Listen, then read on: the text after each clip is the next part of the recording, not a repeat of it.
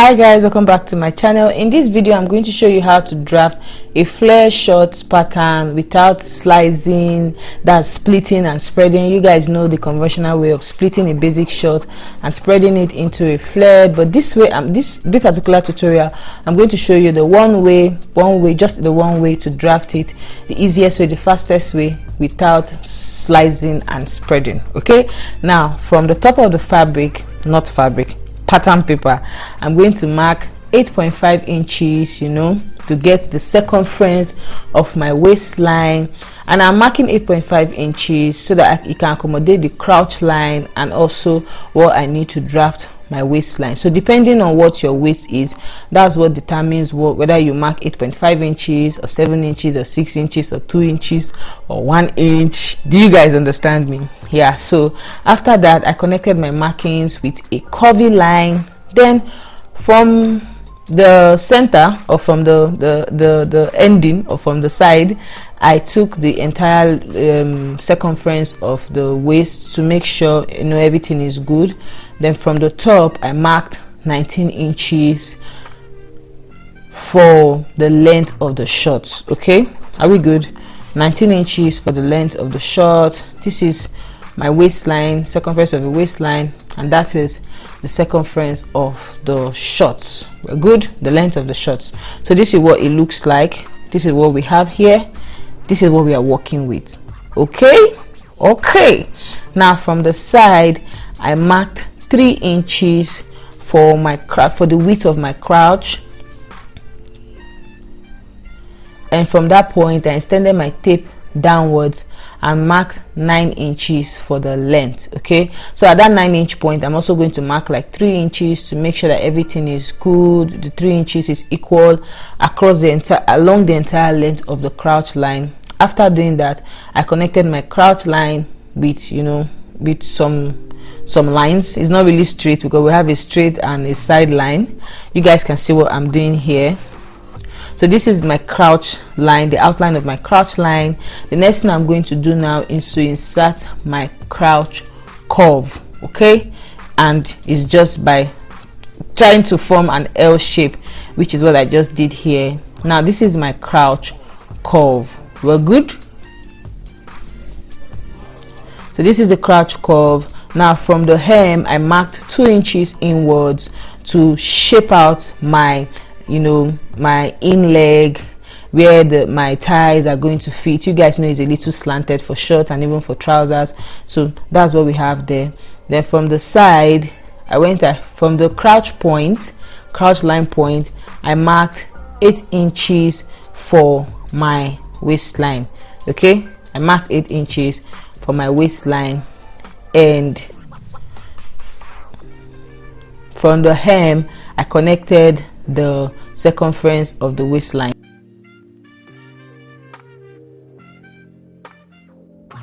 As from the hem to the waistline, you can see that we already have like a flare short here already.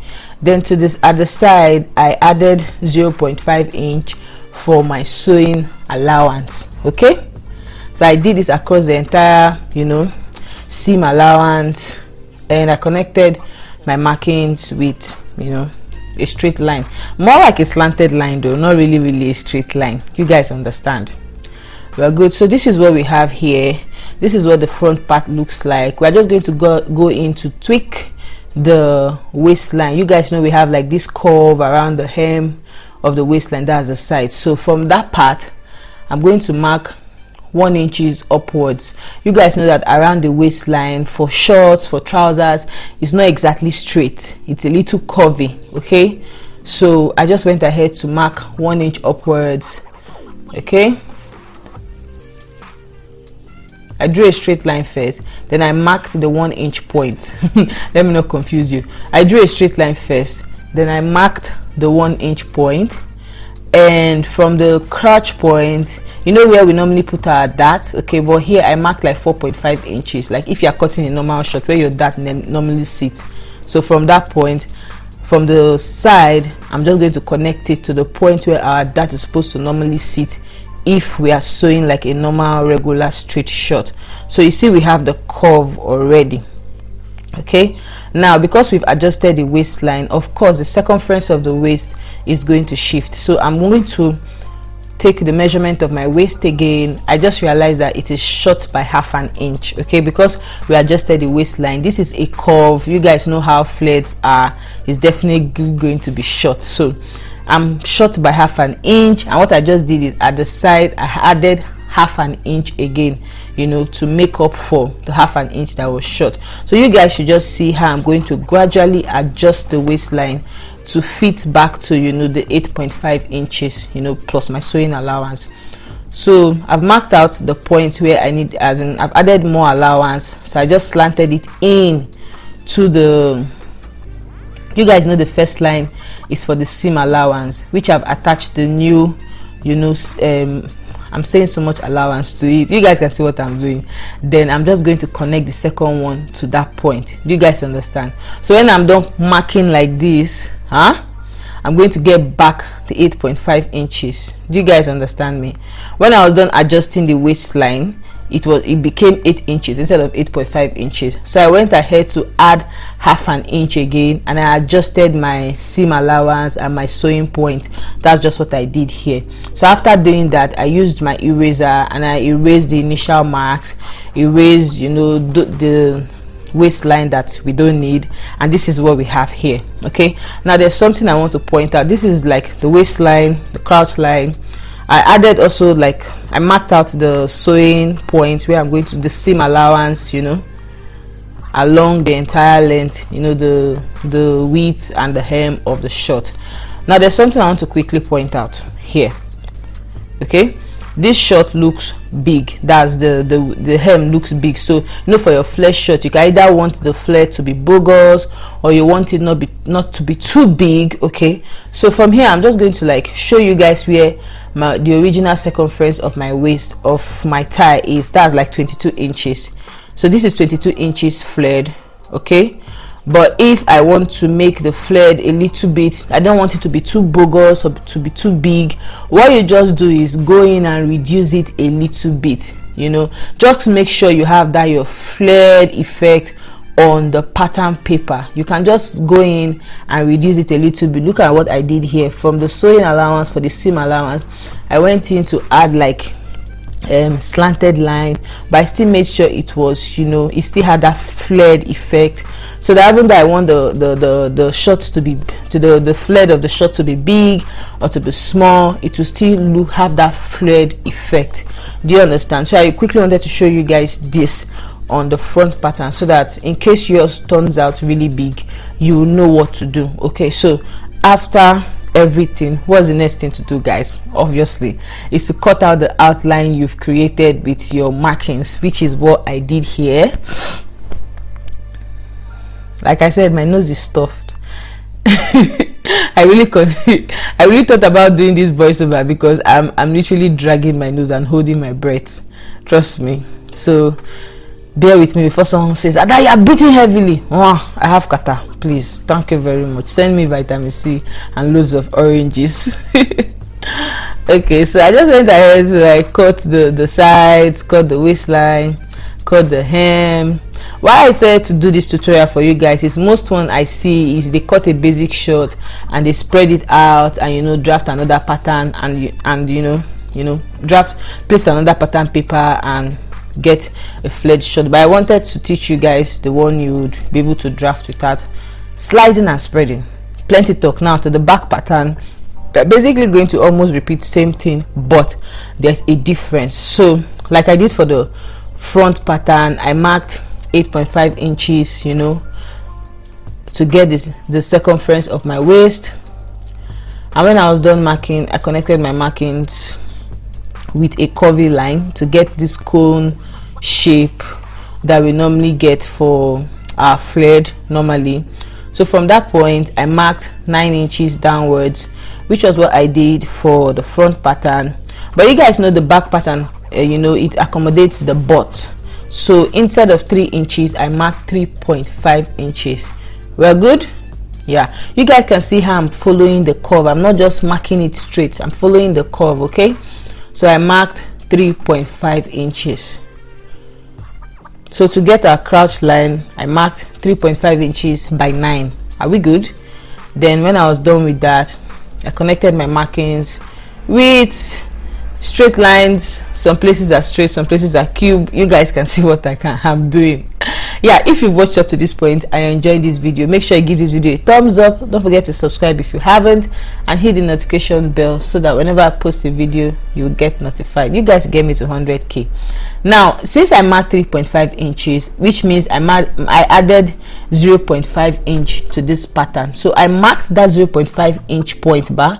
I marked it because I didn't want to interfere. That's the allowance for my bum, okay?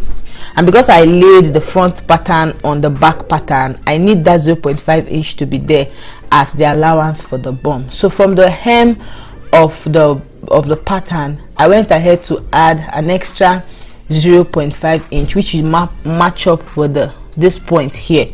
Do you guys understand? I'm trying to maintain that 0.5 inch I added for my back allowance, that's for my bum allowance, so that I won't go ahead to cut it out when I'm shaping out my in leg or my inseam for the shorts, which is what I did here. As you can see, I just drew out this thing. Then I went ahead to mark the 19 inches for the length of the shorts, and I connected it to the extreme. Now what you are basically going to do here is you are going to trace the front pattern on the back pattern. You guys saw that I laid the front pattern on the back pattern, so you're just going to basically trace it. Now when you get to that point, I'm going to mark 1.5 inch upwards for my bum. You guys know the back part accommodates the bum. That is why along the crouch line I marked 0.5 inches, and around the top I'm marking 1.5 inch for the bum. Okay, now I'm just going to slide it into the waistline. We are good. I'm just going to slide it into the waistline, so I'll have this easy breezy curve. It won't look like, oh, here is high. It will give you a little high-low effect, but it's just going to move in slowly. I'm being too dramatic, but you guys understand what I mean. Okay, so I just used my French curve and I carved it into the waistline, and I continued tracing out my front pattern on my back pattern. You guys already know that from this pattern the waistline is already short, that the waistline for the back part is already short, which we are going to adjust shortly. So I'm just going to trace the sides and the hem. We're good. So with my ruler, and I'm going to mark those points. I'm going to mark those sewing allowance points so that I'll know where I'm sewing. I won't have to go over doing it all over again. That's on the back pattern. So with my ruler, I traced the side of the front pattern. I also traced the hem. Okay,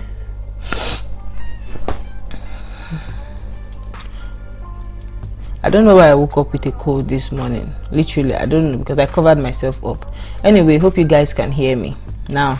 So like I said, I'm marking those points, the sewing allowance point for the hem, and also the sewing allowance point for the sides, for also the other side, and that point where I adjusted the thread, the circumference of the thread. Okay, now the next thing I'm going to do quickly, or I did quickly, was I took out the front pattern from the back pattern because I need to adjust the waistline of the back pattern. You guys know when we are done drafting the front pattern, the circumference of the waist plus sewing allowance was 8.5 inches. Okay, so now I'm going to mark this is the circumference of the waistline of the back pattern. I'm just going to mark out my seam allowance. Okay, you guys know that I used half an inch for my seam allowance, so you guys know I transferred the point from the front pattern to the back pattern, which is like half an inch, and that is what I am outlining here with my straight or slanted line, anyone you want to call it. And I've gone ahead to mark out the points, that's the seam allowance on the hem, on the crouch line, and everywhere on the pattern. So this is what we have here. Okay, now that is this is my waistline. The one on top is the waistline. The one below was the initial one we did to like get the pattern started. So I'm just going to erase that one out, and I'm going to take the measurement of my waist now to see what we have. So I have 7.5 inches there, which means I'm a whole, like I'm 1 inch short. Okay, because plus sewing allowance for the front pattern, it was 8.5 inches. So for this back pattern, I'm 1 inch short, simply because we adjusted the waistline to accommodate the bum. So from the side, I added 1 inch. Okay, then I used my French curve and connected it to the 1 inch allowance, the waistline. I connected the waistline point to the 1 inch allowance because I want to adjust the waistline right now. Then I'm just going to slant it into my seam allowance point. Okay, you guys can see what I did there. It's just very simple to adjust your waistline. You don't have to panic. So after doing that, I took my eraser and I erased the initial point that was there, because of course I now need to readjust the sewing allowance. And you guys know I used 0.5 inches for the sewing allowance, which is what I'm adding back to the waistline, and I'm just going to slant it, you know, into the original markings we've done, so that I can easily, what I'm just trying to do is adjust the waistline and let it get fitted into the pattern. Do you guys understand? If it's a straight pattern, you know, we won't have all this adjustment, but since we're working with circles and flares, you have to readjust the waistline. So this is what we have here. I'm going to properly erase those other points there. You can see how I married it into the original waist sewing allowance and seam allowance that we have. So that's the crouch point. Now I'm going to take the measurement of the waistline again, and at this point it was 8.5 inches because I've readjusted my pattern. Okay. Whew, I'm so out of breath. This kata has dealt with me. So after that, the next thing I just did, guys, was I cut the pattern through. Okay, cut the hem, cut the sides, cut the crouch line, and this is what we have here. So when you draft yours and you realize that the waistline shifted when you know added the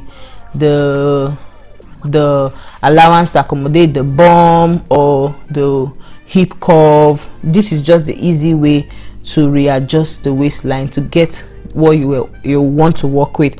So when I was on drafting the back pattern, what I did was I tagged it back pattern because they look a little similar. You might get confused. This is what the back pattern looks like, guys. This is what it looks like. So beautiful. Whew. Then to make you see the high-low effect of what the drafting did, I'm just going to quickly lay it on each other. This is the front pattern, and because it's flare, you might have like a little, you might not really, but by the time you sew, it will fit properly. Okay, so this is what we have here for the front pattern. On the back pattern, you can see that high-low effect stuff we did, the seam allowance, the adjustment. This is what it looks like. This is the easiest way, the simplest way, and the fastest way to draft a flare shorts pattern without splitting and spreading. If you enjoyed this video, make sure you give this video a thumbs up. Don't forget to hit the subscribe button, and I'll see you in my next video. Thanks for watching. Watch my other videos. Bye.